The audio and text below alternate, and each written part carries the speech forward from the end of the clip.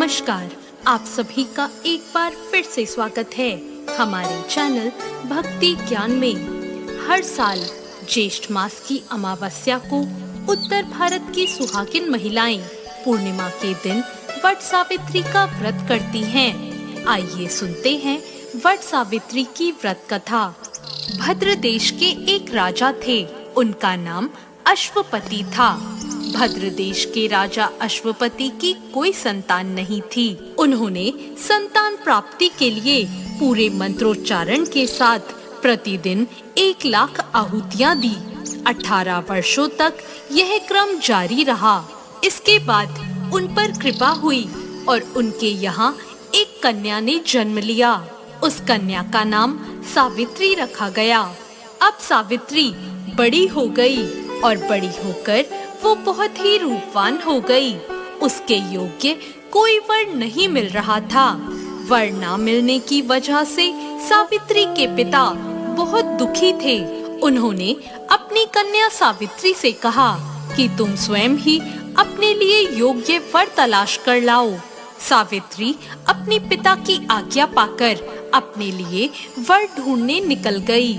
सावित्री तपोवन में भटकने लगी। वहाँ उसे सालव देश के राजा धुम्रसेन मिले। क्योंकि उनका राज्य किसी ने छीन लिया था, इसलिए वो वहीं रह रहे थे। उनके पुत्र सत्यवान को देखकर सावित्री ने पति के रूप में उसका वरण कर लिया। इसके बाद सावित्री घर लौट आई। सावित्री जब घर पहुंची तो उसने अपने पिता के साथ नारद ऋषि को देखा। पिता के पूछने पर उसने बताया कि उसने सालव देश के राजकुमार सत्यवान को अपना पति स्वीकार कर लिया है। जब नारद ऋषि को ये बात पता चली तो उन्होंने कहा कि हे राजन, ये आप क्या कर रहे हैं? सत्यवान गुणवान है, धर्मात्मा है और बलवान भी है, पर उनकी आयु बहुत कम है। वो अल्पायु हैं। 1 वर्ष बाद ही उनकी मृत्यु हो जाएगी। ऋषिराज नारद की बात सुनकर अश्वपति राजा घोर चिंता में डूब गए। उन्होंने सावित्री से कहा, पुत्री, तुमने जिस राजकुमार को अपने वर के रूप में चुना है वह अल्पायु है। तुम्हें किसी और को अपना जीवन साथी बनाना चाहिए। इस पर सावित्री ने कहा, पिताजी, आर्य कन्याएं अपने पति का एक ही बार वरण करती हैं। राजा एक ही बार आज्ञा देता है और पंडित एक ही बार प्रतिज्ञा करते हैं और कन्यादान भी एक बार ही किया जाता है। सावित्री हठ करने लगी और बोली, मैं सत्यवान से ही विवाह करूंगी। जब सावित्री नहीं मानी तो राजा अश्वपति ने सावित्री का विवाह सत्यवान से करा दिया। सावित्री अपने ससुराल पहुँचते ही अपने सास ससुर की सेवा करने लगी। समय बीतने लगा।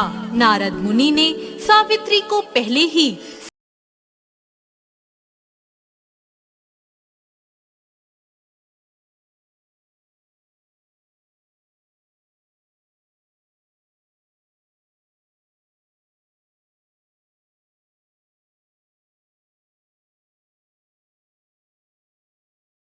हर दिन की तरह सत्यवान उस दिन भी लकड़ी काटने जंगल चले गए।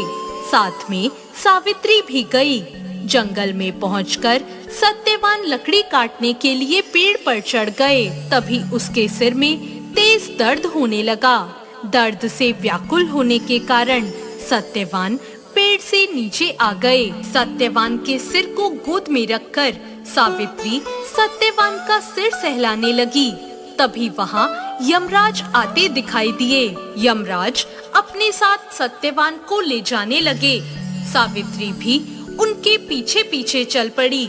यमराज ने सावित्री को समझाने की कोशिश की कि यही विधि का विधान है, पर सावित्री नहीं मानी और यमराज के पीछे चल पड़ी।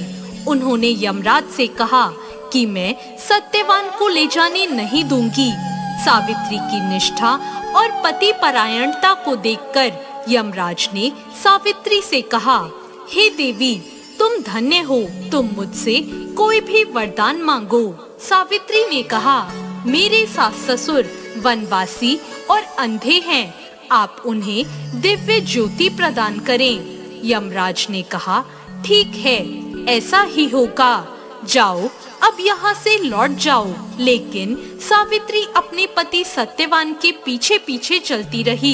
यमराज ने कहा, उसको यहाँ पर चढ़ा दें। आप चाहें तो अपने यूज के लिए कोई भी चीज लाए हो वो भी यहाँ पर माता को चढ़ा करके बाद में आशीर्वाद स्वरूप में आप उनसे ले सकते हैं। गणेश जी को दूर्वा चढ़ा दी है। जो भी फूल आपके पास उपलब्ध हो वो आप यहाँ पर अर्पित करें। और वट वृक्ष के ऊपर आप चाहें तो इस प्रकार से देखिए एक वस्त्र अर्पित कर सकते हैं, पीला या फिर भगवा कलर का, और एक पंखा। आप यहाँ पर 2 पंखे भी अर्पित कर सकते हैं। बांस की डलिया में रख करके जो भी मौसमी फल आते हैं ना वो अर्पित करें। एक श्रीफल जरूर अर्पित करें, कलावा लपेट करके इस प्रकार से। और जो भी भोग प्रसाद आपके यहाँ पर बनता हो वो यहाँ पर बरगदे बनते हो या फिर मीठे पूड़े पूड़ी बनते हो वो अर्पित करें। और अंकुरित काले चने का बहुत ही ज्यादा महत्व होता है, वो सभी को इस प्रकार से अर्पित करेंगे। इस प्रकार से पूजा करने के बाद में हमें वट वृक्ष की हवा करनी होती है।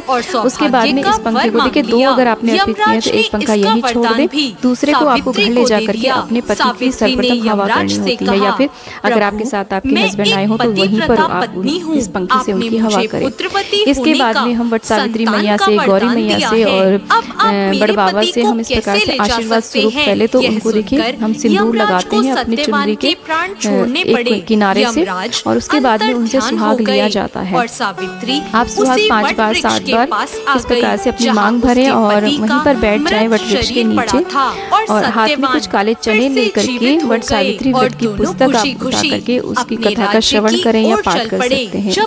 तो इस तरीके से वैसे ये जो कथा आदि किया जाता है पूजन पूरे ग्रुप में किया जाता है, तो हो सके तो ग्रुप में ही आप इस पूजन को करें। नहीं तो देखिए इस पूजन में क्योंकि बहुत सारी सामग्री हमें ले जानी होती है तो किसी न किसी की हेल्प की तो आवश्यकता होती है, क्योंकि हमारा ही पूरा एक बैग भर जाता है जब हम इस पूजन के लिए जाते हैं। तो यहाँ पर देखिए कहीं पर भी आप कच्चे सूत से पहले हम फेरी देते हैं। एक फेरी आप चाहे तो ज्यादा भी दे सकते हैं, 5, 7, 11। एक फेरी आप कच्चे सूत से इस प्रकार से अटका दें एक साइड में, और ऐसे इस प्रकार से आप पूजन करें। पूजन करते समय आप वट सावित्री मैया का ध्यान कर सकते हैं, वट वृक्ष का आप ध्यान कर सकते हैं। तो इस तरीके से देखिए हम फेरी कर देते हैं। उसके बाद में आप कुछ फेरियां आप हाथ में काले चने ले करके